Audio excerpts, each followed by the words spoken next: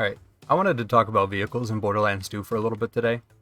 Now, vehicles are just there to get you from point A to point B usually. Like, yeah, you do a little bit of combat in them, but you don't really do a whole lot with them.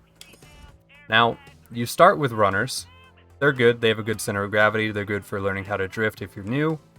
But the Barotechnical is the fastest vehicle in this game when it comes to a top speed while boosting.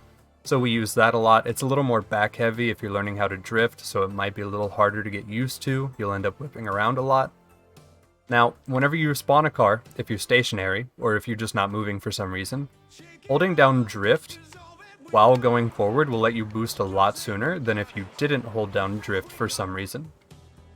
And then from here you can learn basic things like drifting after a boost will make you drift out a lot wider, versus if you drift without boosting, which will make you turn a lot sooner, a lot shorter. And then from here, if you're holding down drift, you can actually press boost mid-drift. But if you press drift while you're boosting, it cancels the boost. And then also, if you tap drift and then hold it, it makes the car whip a lot harder in this game, which doesn't have a whole lot of use. But if you're tired of driving in a straight line and you want to stress your friends out, you can go ahead and start whipping the car around like this. And it doesn't have a lot of useful value, but if you're just trying to like stunt on your friends, that's pretty fun to do. And then from here, you can also use the tap and then drift method to whip your car around really quickly if you need to for like an objective. Maybe you have friends in the back seat, you want to put them towards the danger first. Or if for some reason your objective is like, let's say it's like that thing right there, I could tap drift like this, and then I could put myself forward with the vehicle. And obviously, driving towards it and just turning might be a little faster, but it looks a lot cooler if you do a little 360 spin beforehand, doesn't it? So you can do stuff like that. And then from here, sometimes you can also use drift to climb objects a little bit better. Say you're stuck on a slope for some reason, you can try holding down drift and see what the car does.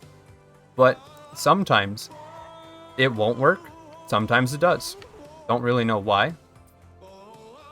But like for example, if I'm like here and I'm not moving and then I try to go up this, it's going to be really rough.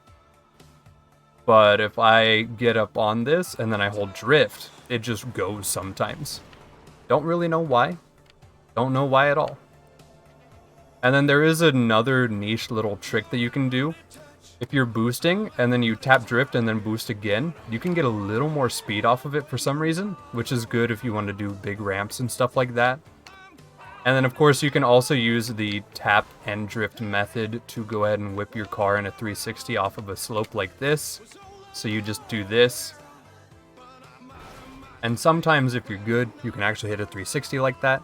And it's fun to show off to your friends. Oh yeah, that is it. Thanks for hanging out. See you later.